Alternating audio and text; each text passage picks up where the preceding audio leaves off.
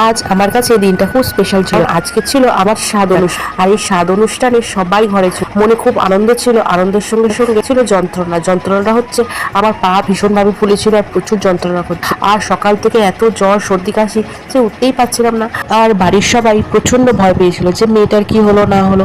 তো যাই হোক, ভগবান আশীর্বাদে শেষ পর্যন্ত উঠেছি।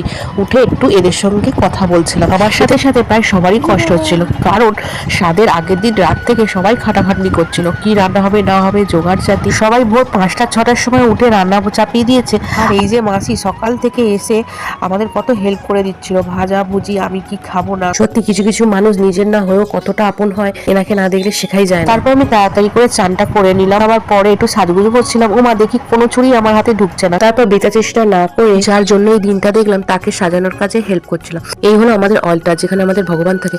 আর কি সুন্দর লাগছিল, প্রায় সিম্পলের উপরে, কি বলবো। তারপর আমি একটু নিজেও সেজে নিলাম। আর আমি শাড়িটা একদমই পরতে পারিনি, কারণ ভীষণ গরম লাগছিল।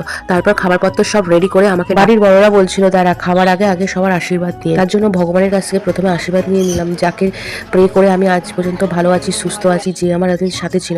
তারপর বড়রা আশীর্বাদ করে নিল, মানে আমার মা, মামি, মামা সবাই। মা হওয়ার জার্নিটা এতটা সহজ ছিল না। গোটা কয়েক মাস ধরে যা কষ্ট পেয়েছি সে আমিই জানি। তখন এরা এই হাতে গুনে কজন ছাড়া আমার পাশে কেউ ছিল না।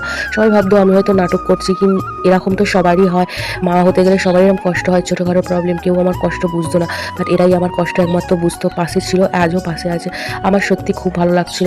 আর আমি মনে মনে ভাবছিলাম যে ভাগ্য করে এদেরকে পেয়েছি, যে আজও আমার তারা সাথে। সত্যি কথা বলতে, মা হতে গিয়ে কে আপন কে পর অনেকটাই চিনে গেছে। এই সময় কে আমার সঙ্গে কেমন আচরণ করেছে সারা জীবন মনে থাকে। সত্যি কথা বলতে, যারা আজ আমার পাশে নেই, আমি তাদের কোনোদিনই পাশে চাই না, আর আমিও চাই না তাদেরও আমার কোনো হেল্প লাগুক। সো অনেক কথাই বলে ফেললাম। আর এদিকে দেখো, শেষ পর্যন্ত আমি খেতে বসে পড়েছিলাম।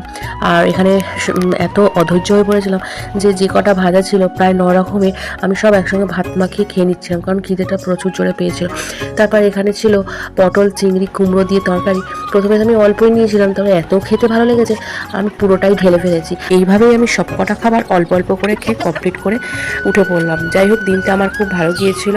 আশা করছি ভিডিওটা ভালো লেগেছে। আমি ওখানে ভিডিও শেষ করলাম। আজকের মতো